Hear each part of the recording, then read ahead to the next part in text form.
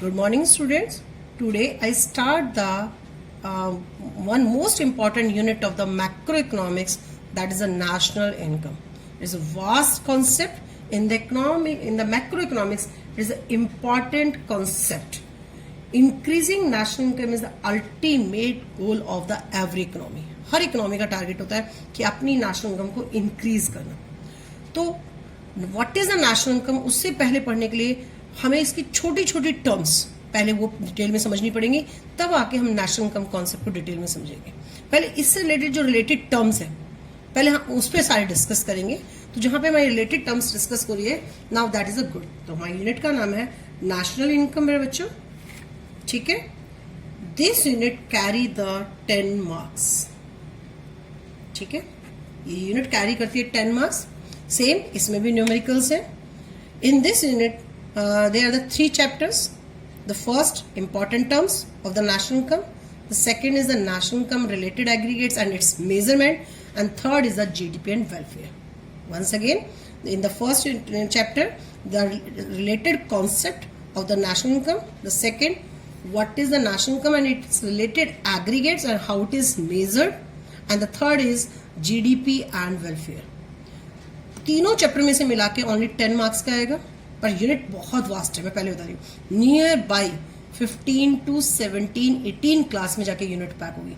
तो please don't miss any class. अगर आपने एक भी क्लास मिस कर दी नेशनल इनकम की, आपको नेक्स्ट कॉन्सेप्ट बिल्कुल भी समझ में नहीं आएगा. जैसे डिटर्मिनेशन की यूनिट थी लेंथी यूनिट, सेम ये भी एक लेंथी यूनिट है. इसमें भी न्यूमेरिकल्स है, इसमें भी थ्योरी है, बट इसमें रीजनिंग बेस्ड क्वेश्चन इंपॉर्टेंट है. और रीजनिंग बेस्ड क्वेश्चन जब भी क्लियर होंगे जब आपको एक एक टर्म टिप्स पे क्लियर होगी कि what is that. Now start. The first word is the, जो फर्स्ट टर्म है दैट इज द गुड. ठीक है, the first word is the good. अब आपके अकॉर्डिंग गुड क्या है? This pen is also good, the mobile is also good, the paper is also good. But in the economics, अगर हम इन the economics term की बात करें तो इन इकोनॉमिक्स टर्म हम गुड किसको कहेंगे? तो it means in economics terms the good has the 2 main characteristics. What characteristic? In the economic terms अगर हम good की बात करें तो good में 2 चीजें बात है. any physical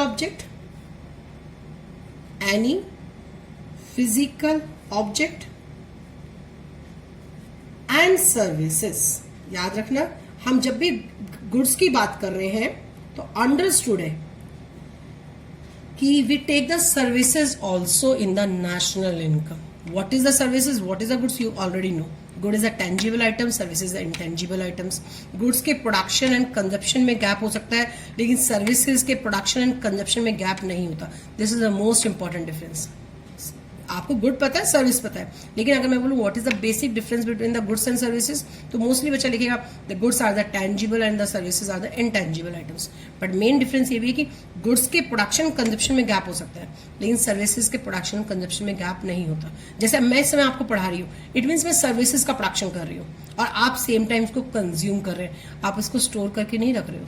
क्लियर हो गया? तो जब भी हम इकोनॉमिक्स में गुड्स की बात करते हैं तो अंडरस्टूड है we take the services also, any physical object, चाहे it is a man made और इट इज अ नेचुरल, और साथ में सर्विसेज. द सेकेंड वन कि it command a price in the market. It commands a price in the market. अगर कोई चीज आपको फ्री मिल रही है तो हम नेशनल इनकम में उसके अकॉर्डिंग उसको गुड्स नहीं बोलते. हाँ, अगर आप उसके लिए पे कर रहे हो तो इट मीन्स दैट टर्म, जो भी आइटम के लिए पे कर रहे हो, दैट जो भी आइटम है that item is known as good. तो गुड होने के गुड्स सिंपल जो है कि व्हाट इज द गुड, तो गुड्स के लिए 2 ऑब्जेक्ट जो फीचर्स होनी बहुत जरूरी है. It means the term good is used to cover both goods and services throughout the study, and same time it command a price also. Clear हो गया? तो हम माइंड में सेट करके चलेंगे कि इकोनॉमिक्स टर्म में अगर हम गुड्स की बात कर रहे हैं तो we take the goods and services also, and that good has the price also. Now अब हम इसी पे डिटेल में जाएंगे गुड्स के बारे में. अब गुड्स की जो हमारी मेन 2 गुड्स है, that is the intermediate goods and the one is the final goods. The one is the intermediate goods, the other one is the final goods.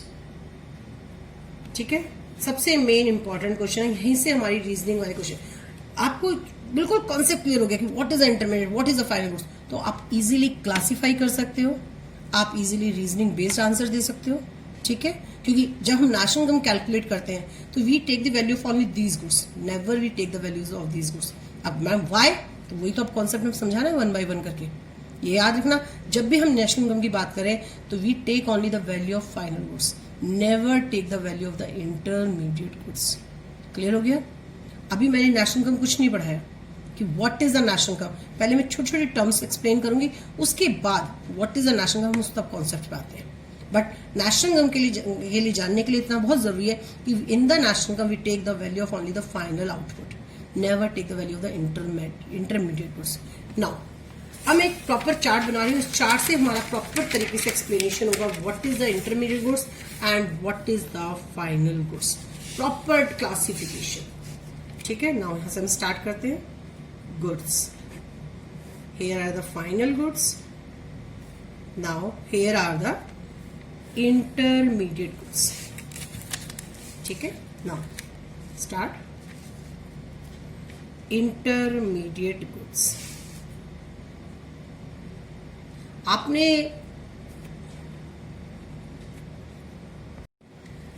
आपने 10th क्लास में गुड यू पढ़ा हुआ raw material in the geography का subject. तो what is the raw material according to you? जैसे sugar बनाने के लिए sugar cane is the raw material, sweets बनाने के लिए milk, sugar, dry fruits are the raw material, shirt बनाने के लिए कपड़ा, cloth is the raw material.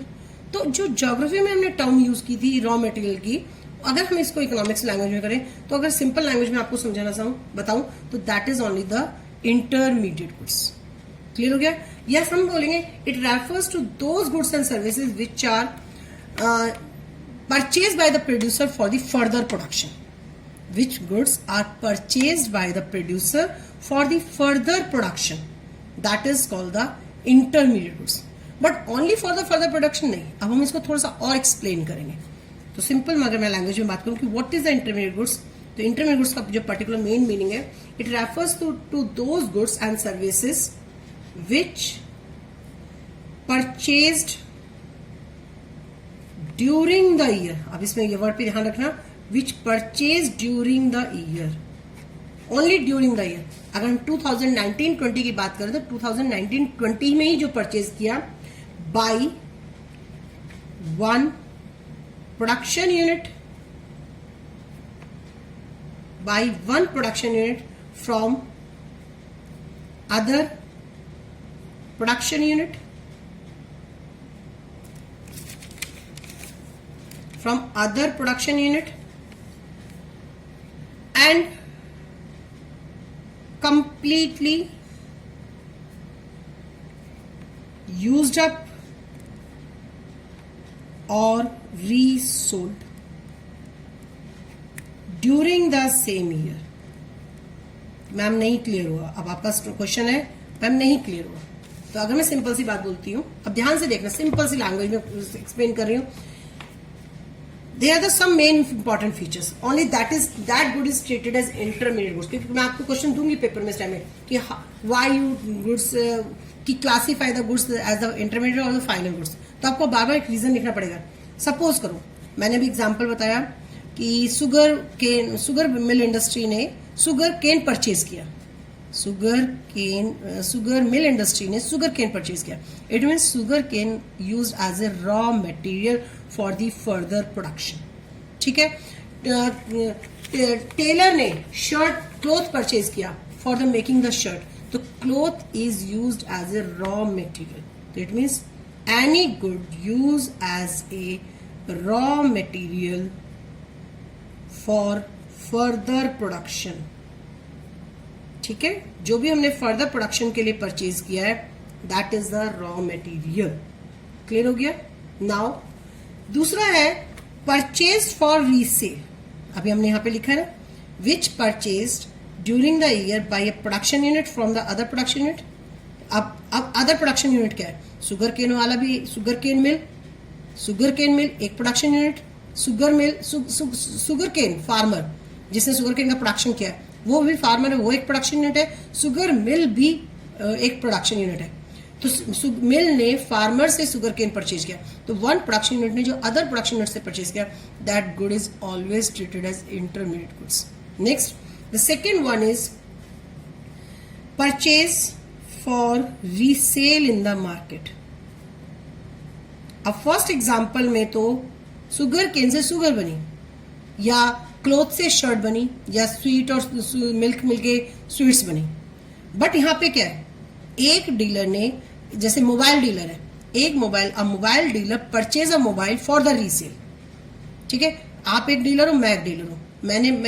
मैंने मोबाइल का बिजनेस किया हुआ है, आपने मेरे से भी मोबाइल खरीदा, आप भी आगे उसे सेल कर रहे हो. समझ में? तो आपने मोबाइल परचेज किया from me for the sale only. तो in this case the mobile is also treated as the intermediate goods. It means any good purchase for resale in the market, that good is also treated as the intermediate goods. आपको छोटी छोटी चीज कि intermediate goods के लिए ma'am ने कि कौन कौन सी मेन बेसिक्स बताए, नहीं मैम ने बताया था कि भाई जो रॉ मटेरियल परचेज कर रहे हैं फॉर द फर्दर प्रोडक्शन के लिए, वो भी इंटरमीडिएट गुड्स होगी. अगर वन प्रोडक्शन यूनिट ने अदर प्रोडक्शन यूनिट से कुछ परचेज किया है for the resale purpose, that is also treated as intermediate goods. Next, this good completely used up. That this good is completely used up in the producing year. ठीक है, अगर आपने कोई भी सामान खरीदा, कोई भी रॉ मटेरियल खरीदा, तो जो रॉ मटेरियल आपका कंप्लीटली यूज्ड अप हो गया ड्यूरिंग द ईयर, वो आपका ओनली इंटरमीडिएट गुड्स है. लेकिन कुछ हमारे पास रॉ मटेरियल फर्दर ईयर के लिए बच जाता है, स्टॉक रह जाता है, जो से मतलब बैलेंस रह गया, जो स्टॉक रह गया, that is good is not treated as intermediate goods. याद रखना, आपने 1000 रुपीज का रॉ मटेरियल खरीदा, आपने उसमें से 800 रुपीज का रॉ मटेरियल परचेज यूज कर लिया, कंप्लीटली यूज अप. या सपोज करें हमने 20 मीटर क्लोथ खरीदा, 20 मीटर क्लोथ में से 18 meter cloth completely use up है ड्यूरिंग द प्रोड्यूसिंग ईयर, तो only 18 meter cloth is treated as intermediate goods. जो रिमेनिंग क्लोथ है वो हमारा आगे कमिंग ईयर के लिए चेंज इन स्टॉक में कन्वर्ट हो जाएगा. तो this is the third important feature of the intermediate goods. ठीक है, दीज गुड्स में हम ये बोलेंगे value still to be added. अभी इनकी वैल्यू और भी इंक्रीज हो सकती है. तो जिन गुड्स की वैल्यू को इंक्रीज कर सकते हैं अभी भी, that is treated as intermediate goods. These goods, जो एक प्रोडक्शन बाउंड्री लाइन होती है, सपोज करो कि एक हमारी प्रोडक्शन बाउंड्री है, सी है, it is the production boundary line. अगर यहां मिल्क है तो ये स्वीट है, अगर ये क्लोथ है तो ये शर्ट है, अगर ये वुड है तो ये फर्नीचर है. तो which goods are in the production boundary line, these are treated as an intermediate goods. Clear हो गया? तो these goods are within the production boundary line, always within the production boundary line. ठीक है? The next one, the only used by the producers. याद रखना, only producers. Who are the producers? Who are the consumers? I think आपको सारे concepts clear है कि who is the producer in the economy, who are the consumers in the economy. तो ये मुझे explain करने की जरूरत नहीं है. तो these 5-6 important features about the intermediate goods. Clear हो गया? Any good which is used by the producer for the further production, that is treated as intermediate goods.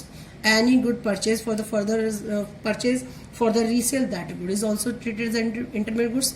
Any good which is these goods only used by the producer, not for the consumers. Clear हो गया?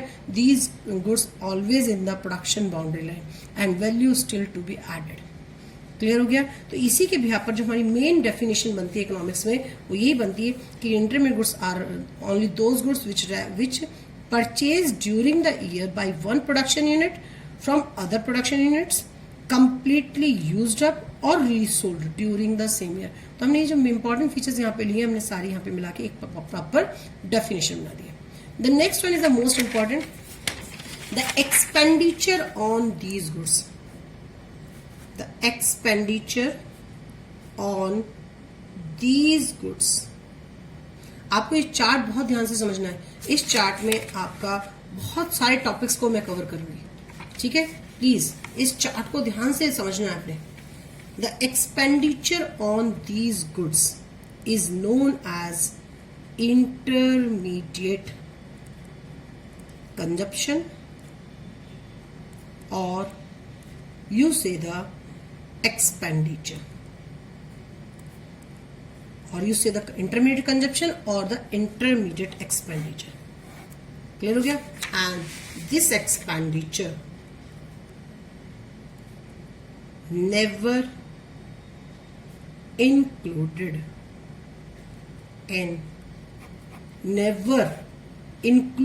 in national income. ये आपको सबसे पहले mind में set करना है कि जब आपके पास न्यूमेरिकल्स आएंगे कि कैलकुलेट द नेशनल इनकम, तो वहां पे मैं आपको कहीं ना कहीं पे डायरेक्टली गिवन होगा इंटरमीडिएट कंजप्शन या इनडायरेक्टली गिवन होगा purchase of the raw material. तो अंडरस्टूड है? नहीं, शिखा मैम ने कहा था कि expenditure on these goods is never included. तो वंस अगेन आई एक्सप्लेन. आगे चलकर आपके पास न्यूमेरिकल्स आएंगे. न्यूमेरिकल्स में मे बी डायरेक्ट गिवन होगा इंटरमीडिएट कंजप्शन, इंटरमीडिएट एक्सपेंडिचर और indirectly like purchase of the raw material. तो अंडरस्टूड है, never take the value of this. Yes, sometimes इसको हमें डिडक्ट करना पड़ेगा the value of the final goods से. अब क्वेश्चन आता है madam why these are not, why these goods, the value of these goods are not included. Because बेटा the value of this good is only always reflected in the value of the final goods. अब ये मेरे पास pen है, इस pen की जो plastic body है, ठीक है, इसके अंदर जो इंक है वो सब रॉ मटेरियल है. तो उस इंक की और प्लास्टिक बॉडी की जो वैल्यू है वो ऑलरेडी इस पेन के अंदर इंक्लूड है. क्लियर हो गया? तो अगर मैं इस पेन की भी कॉस्ट को ले लेती हूँ कि जिस प्रोड्यूसर ने पेन बनाया है उसने इसमें सारी वैल्यूज को प्लस किया, जो उसने रॉ मटेरियल परचेज लगाया और जो उसने अपनी फैक्टर इनपुट्स लगाए, तो सबकी वैल्यू को ऐड करके उसने इसमें लगा दिया. अगर हम इस पेन की भी वैल्यू को ले लेते हैं और अगर हम इंटरमीडिएट गुड्स की वैल्यू को भी ले लेते हैं तो हमारे पास डबल काउंटिंग हो जाएगी. मतलब the value of one good is counted more than once. Clear हो गया? मतलब इस प्लास्टिक बॉडी की वैल्यू एक बार इंटरमीडिएट गुड्स में काउंट हो गई, एक बार इस पेन में काउंट हो गई, लेकिन हमें केवल कंट्री का एक्चुअल आउटपुट लेना होता है. तो अंडरस्टूड है? आगे धीरे धीरे जब हम प्रिकॉशंस पढ़ेंगे जब और अच्छी तरह से क्लियर होगा तो बस सिंपल सा आंसर लिखना है. The value of the intermediate good is never included because the value of these goods is always reflected in the value of the final goods. Done? Now, the second concept. अब intermediate goods के बारे में बस आपको इतना ही focus रखना है कि what is the meaning. ये टॉपिक नहीं खत्म हो गया. Intermediate good, what is the meaning? What are the features?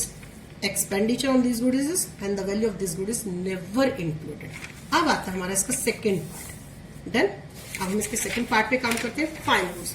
जो अभी हमने बोला कि नेशनल इनकम में ऑलवेज ऐड होगा.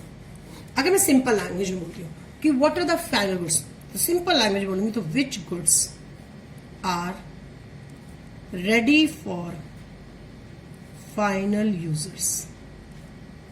सिंपल सी लैंग्वेज है कि which goods are ready for final users. अब उससे आगे बस फाइनल यूजर्स, ठीक है. अब वो फाइनल यूजर्स कौन से होते हैं? May be consumers, may be producers. Clear हो गया? So what is the final goods? Final goods are the goods which are ready for the final users. So final users are the two types. ठीक है? The final users may be the consumers and the producer.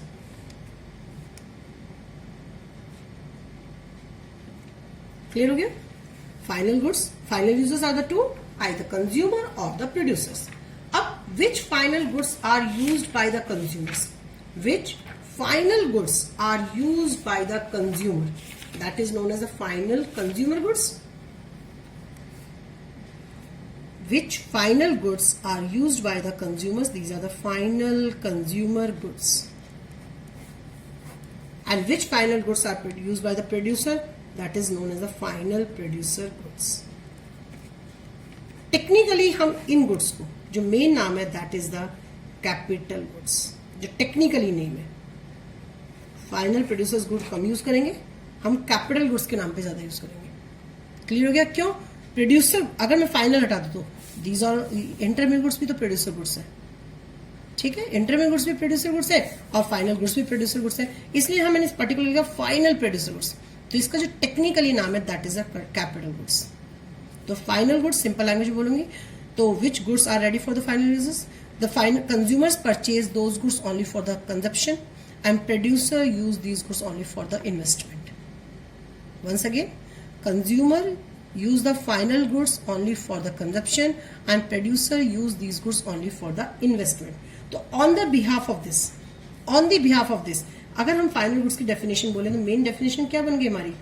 The goods and services purchased और own produce for the purpose of consumption and investment, clear हो गया, are called the final goods. और you say if goods are purchase for consumption or for the investment, these goods are known as the final goods. Yeah, which goods are used for the consumption or for the investment, that is good is known as the final goods. यहाँ तक clear हो गया आपको कि what is the final goods. अभी ये ही हमारा main concept है कि नेशनल इनकम में we take only the value of the final goods. तो अंडरस्टूड है. जब मैंने बार बार बोल रही हूँ in the national income we take only the value of the final goods, तो obviously expenditure on these goods expenditure on these goods is also known as already all included in the national income, and expenditure on these goods is also included in the national income. अब हम इसके बारे में detail में study करेंगे. Clear हो गया? अब हम इसके बारे में डिटेल से स्टडी करेंगे कि व्हाट इज दिस. अगर मैं इसमें आगे जाके एक चार्ट बनाऊंगी तो expenditure on the final goods is known as the final expenditure. Expenditure on the final good is known as the final expenditure. अब जैसे सिंपल एग्जांपल पहले फाइनल गुड्स का लेते हैं. If a machine purchase by a firm for the installation in a factory, पहले examples पढ़ लेते हैं कि machine purchase by a firm for the installation in a factory, it is a final good because it is purchase for investment.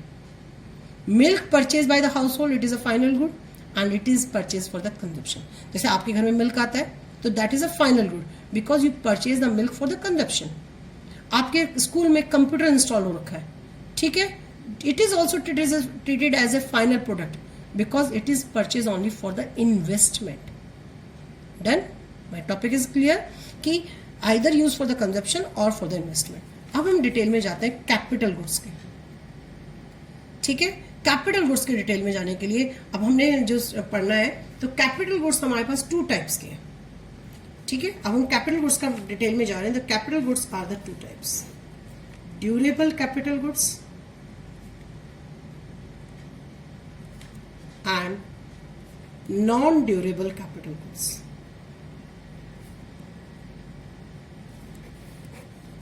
अगर मैं simple language बोलूं capital goods की definition क्या है? What is the capital goods? Capital goods of being used for, अब यहां से देखना what is the meaning of the capital goods. Capital goods capable of being used for, this is the most important one, goods capable of being used for producing other good. This is the main definition. जिस good में capability है किसी other good को production करने की, जैसे machine है, machine में कैपेबिलिटी है दूसरी गुड्स का प्रोडक्शन, शर्ट बनाने के लिए, तो that good is treated as a capital goods. Goods capable of being used for producing other goods are the capital goods. Clear हो गया? Done. These are the 2 types, durable and the non durable capital goods, जिसको मैं next class में detail में explain करूंगी कि इसी से रिलेटेड हमारे पास एक फिर नया क्वेश्चन बन जाएगा. Same, consumer goods, any good used by the consumer for the self satisfaction, any goods which are used by the purchased by the consumer only for the self satisfaction, these are the final consumer goods. Clear हो गया? जैसे purchase of the foods, clothes, vehicles, furniture by families, all goods are called the consumption goods. Clear हो गया? इसके अलावा these goods also included the services. यानी जैसे government ने कोई सर्विसेज प्रोवाइड की और हाउस होल्ड सेक्टर ने उसको लिया फ्री ऑफ कॉस्ट पे, वो भी फाइनल कंज्यूमर गुड्स में आएगा. ठीक है, ध्यान से सुनना. जैसे सिंपल मेरा एग्जांपल था, अगर परचेज ऑफ गुड्स है, फूड्स है, क्लोथ्स है, व्हीकल्स है, ठीक है, जिसके जो भी है मार्केट में एक प्राइस था, कंज्यूमर ने परचेज किया अपने सेटिस्फेक्शन के लिए, वो हमारी फाइनल कंज्यूमर गुड्स है. ऑन दी अदर साइड अगर गवर्नमेंट ने उनको सर्विसेज दी है, क्लियर हो गया, तो वो सर्विसेज जो कंज्यूमर ने ली है वो भी फाइनल कंज्यूमर गुड्स है. क्लियर हो गया? तो नेक्स्ट क्लास में अब हम डिटेल में जाएंगे कैपिटल गुड्स के बारे में. इसके भी टाइप्स हैं. They are the 4 types of the consumer goods and there are 2 types of the capital goods. तो नेक्स्ट क्लास में हम कॉन्टिन्यूशन में इसको आगे स्टडी करेंगे. तो अब आज का टॉपिक ओनली था कि what is the meaning of the intermediate goods and what is the meaning of the final goods. Only meaning of the final goods. Expenditure on these goods अभी मैंने कोई डिटेल में स्टडी नहीं की है. Meaning बताया. These are the main 2 types. The final producer goods, final consumer goods. Meaning of final consumer good explain किया. Meaning of final producer good explain किया. फाइनल प्रोड्यूसर गुड्स का टेक्निकली नेम कैपिटल गुड्स था. Capital goods की main definition ये है. It has the 2 types. It has the 4 types. इसको हम next class में कंटिन्यू करेंगे. Okay students, thank you.